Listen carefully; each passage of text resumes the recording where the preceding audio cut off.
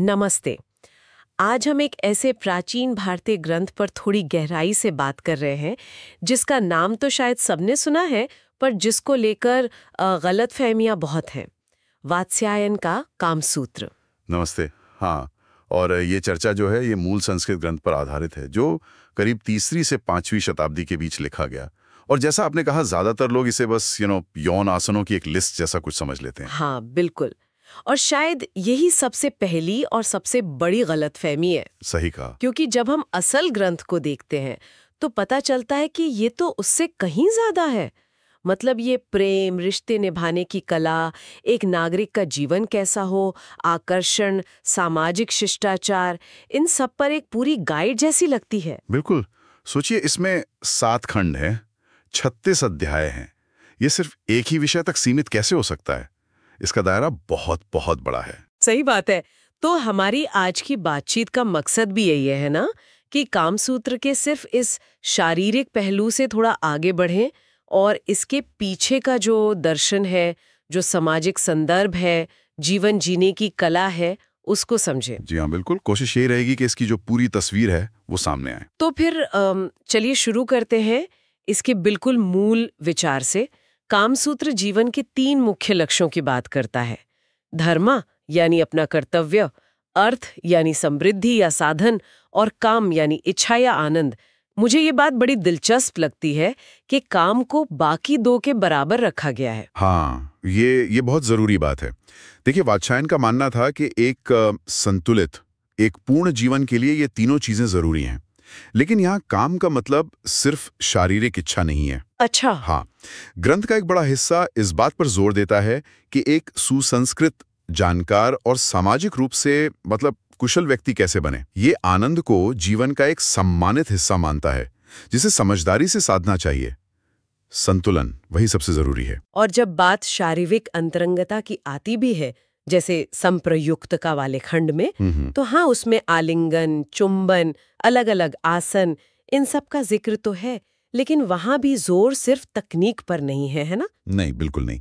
उसमें श्रृंगार रस, प्रेम और सौंदर्य की भावना जगाने वाले तत्व, फोर प्ले, और सबसे जरूरी आपसी सहमति और आनंद, इन पर बहुत जोर दिया गया है। यानी सिर्फ शारीरिक संतुष्टि नहीं, बल्कि एक जुड़ाव, एक सम्मान की बात है। निश्चित रूप से।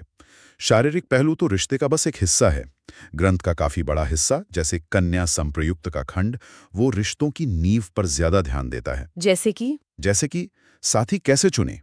यहाँ सिर्फ ये नहीं कि कौन आकर्षक है, बल्कि स्वभाव कैसा है, पारिवारिक पृष्ठभूमि क्या है, यहाँ तक कि आर्थिक स्थिरता, ऐसी व्यवहारिक बातों पर भी विचार करने को कहा गया है। प्रेम विवाह और अरेंज्ड मैरिज की बारीकियां, रिश्ते में बातचीत कितनी जरूरी है, ये सब बताया गया है। तो ये तो सिर्फ इच्छाओं के बारे में नहीं हुआ, ये तो स्थायी और सम्मानजनक रिश्ते बनाने की गाइड हुई एक तरह से। हाँ, बिल्कुल।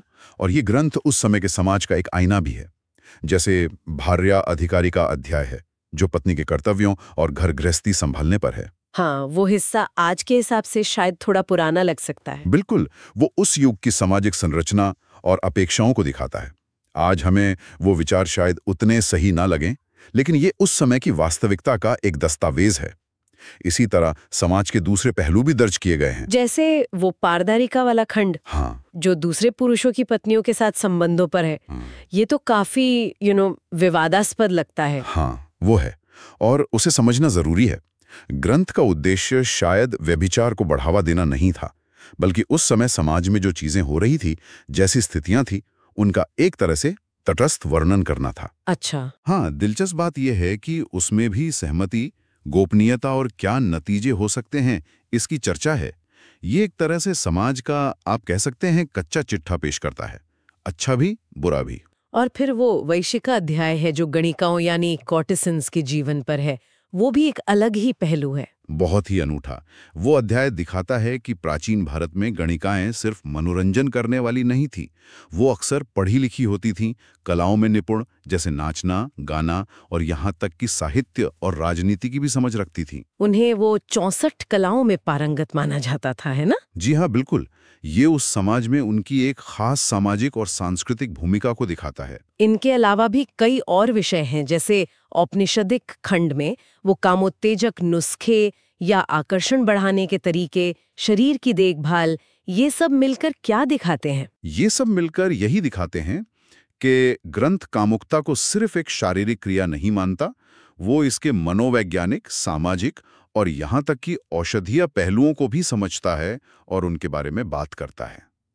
ये मानव स्वभाव की एक बहुत गहरी और बहुआयामी समझ को दिखाता है।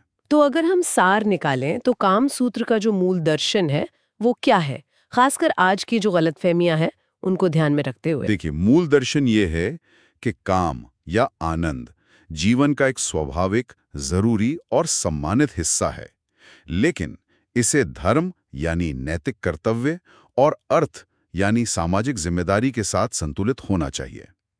ये सम्मान, सहमति, समझ और एक तरह की कलात्मकता पर आधारित होना चाहिए। समस्या ये हुई कि आधुनिक पॉप कल्चर ने और कई बार सतही अनुवादों ने इसके सिर्फ सनसनीखेज यौन पहलुओं पर ज्यादा ध्यान दिया। इससे इसका जो गहरा और व्यापक दार्शनिक आधार था वो कहीं पीछे छूट गया। तो निष्कर्ष यही निकलता है कि कामसूत्र सिर्फ बेडरूम तकनीकों की किताब नहीं है। ये असल में रिश्तों को समझने, बातचीत का हुनर सुधारने, सामाजिक व्यवहार को जानने और एक परिष्कृत, संतुलित जीवन जीने की कला पर एक प्राचीन गाइड है, जो शायद आज भी कुछ हद तक प्रासंगिक हो सकती है। बिल्कुल सही कहा आपने। ये प्राचीन भारतीय समाज के खुलेपन और परिष्कार का भी एक सबूत है। अगर इसे बिना किसी पूर्वाग्रह के इसके सही संदर्भ में पढ़ा जाए तो ये मानवीय इच्छाओं, रिश्तों और जीवन जीने की कला के बारे में काफी गहरी समझ दे सकता है। और जाते जाते हमारे सुनने वालों के लिए सोचने की एक बात छोड़ जाते हैं। आज का समाज जो अक्सर कामुकता को या तो सिर्फ एक शारीरिक जरूरत की तरह देखता है या फिर उसे एक टैबू, एक वर्जित विषय मानकर उस पर पर्दा डाल देता है, क्या वो वात्सायन के इस संतुलित नजरिए से कुछ सीख सकता है, जहां काम को जीवन के बाकी जरूरी लक्ष्यों के साथ सम्मानपूर्वक जोड़ा गया?